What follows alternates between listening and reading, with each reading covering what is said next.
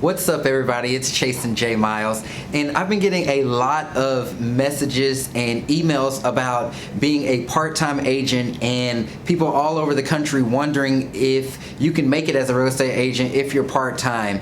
And more specifically, how you can build a real estate business if you are part-time. And so if that's something that you want to know, you've landed on the right video, because I'm going to give you 3 or 4 things that you can do while you're part-time to start to build your real estate business. If this is your first time watching one of my videos, go ahead and click the subscribe button if you like content like this, because I have lots of it. Before I get into the topic and everything, you probably noticed I have kind of a different scenery behind me. Well, my team and I, we've kind of moved offices, and yeah, I'm building out a full-on kind of studio / my desk area. So I'll give y'all a tour once it's actually completed, but you can kind of see things in the works and everything. And so that's what's kind of happening on my end, but that's not what this video is about. So like I said, click the subscribe button and let's go ahead and talk about what you can do while you're part-time trying to build a real estate business.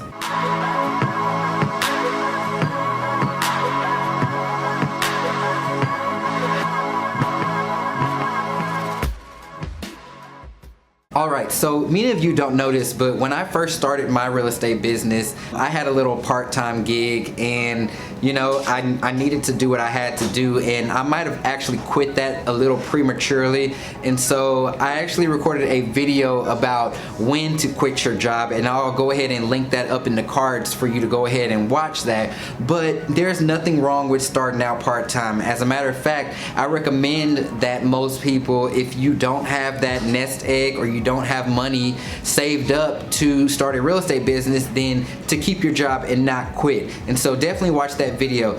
But my first piece of advice for anyone who's part-time wanting to build a real estate business is to try to get on some type of consistent schedule with your job, whether that is 9 to 5 or 10 to 7 or whatever it is. Try to get on a more consistent schedule so that you can start to plan your appointments outside of your work schedule. Even if it's a matter of your job releasing the schedule 2 weeks early or a month early, whatever it is, you need to be able to plan around that. Don't feel like just because you do have a job that you can't do real estate related activities. You just need to know ahead of time what you can and can't do, so that you don't schedule something when you're supposed to be working and then you have to end up canceling, and then it just turns into a big mess. So talk to your manager and see if you can get on some type of consistent schedule. After you do that, I recommend that you use your time outside of your job wisely. Maximize every opportunity. So if you don't have to be to work until noon, then you literally have from 6 or 7 a.m. up until you have to be to work to do your real estate stuff. If you get off of work at 4 p.m. in the evening or even 5 p.m., you have all that time before people go to sleep to do real estate stuff. A lot of people, they will stay in their jobs and they'll work all day, and I understand that we're tired,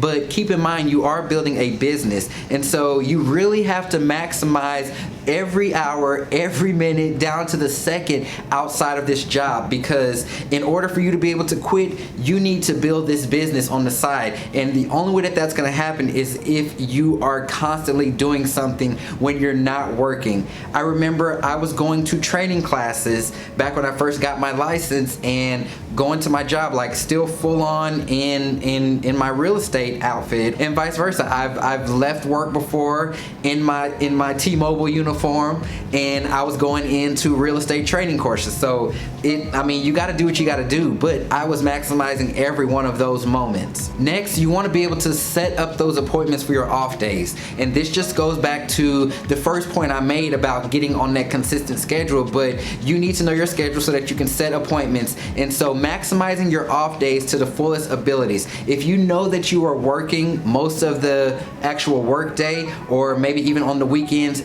you have off days somewhere, and those are the days that you want to have your appointments. Nobody is going to think that you're a bad agent if you schedule an appointment for the next day or the day after or maybe even later in the week. A lot of people are busy. Even today in my real estate business, we don't do a lot of same day appointments at all, so it's not weird. Schedule your appointments for your off days. Those are the days you want to go back to back to back to back appointments, whether it's listing appointments, buyer appointments, or just meeting with people to get them interested in your business. You want to go on those appointments. Next, and this is kind of an investment, but it can work out in your favor. Leverage the use of an assistant. If you need to get a lot of stuff done and you really just don't have the time to do it, there are people out there who will do it for you, and you can even go virtual assistant to save you a lot of money. So a lot of the things that you want to do as far as like posting on social media or getting the word out, sending emails, you can always hire a virtual assistant to help you out with that. They are ready to work, they are smart, they are easily trained, and they don't have to cost you a lot of money. I've had some really great virtual assistants in the past, and they really do make a difference. So anything that can be done pretty much over the internet, through the computer, that's something a virtual assistant can do. No, they can't go on listing appointments for you, and they can't go meet with your buyers or show properties, but all the other stuff they can do, even confirming appointments for you. A virtual assistant can make a huge difference, and it's, like I said, it's gonna be an investment, but hey, you have a job and you're making money, so therefore you have a little bit of money to spend on this. And lastly, because I really want to bring this up because I've had so many of my friends do this. They'll start out part-time and then a year will pass and they are still working part-time in their real estate business because they have another job. So you need to figure out what your number is to where you can quit your job,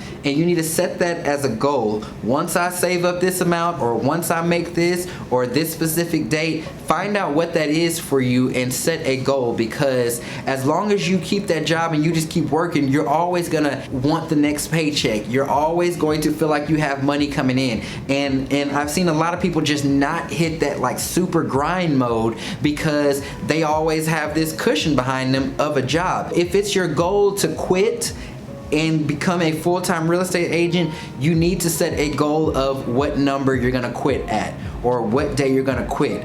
Figure out what that is and stick to it. Work towards that. Skip out on a few vacations, or don't buy something expensive. Save up, do what you have to do, but try to hit that number, because once you do that and you become full-time, then you can really leverage yourself and leverage your time and put in full efforts in your real estate business. So I hope this information has been helpful. Again, go ahead and click the subscribe button, and please leave me a thumbs up if you did like this content. As always, I like to keep this conversation going, so please tell me what your thoughts are regarding working part-time or how you transitioned into becoming a full-time real estate agent. Until next time, I'm Chastin J. Miles, and I will talk to you soon.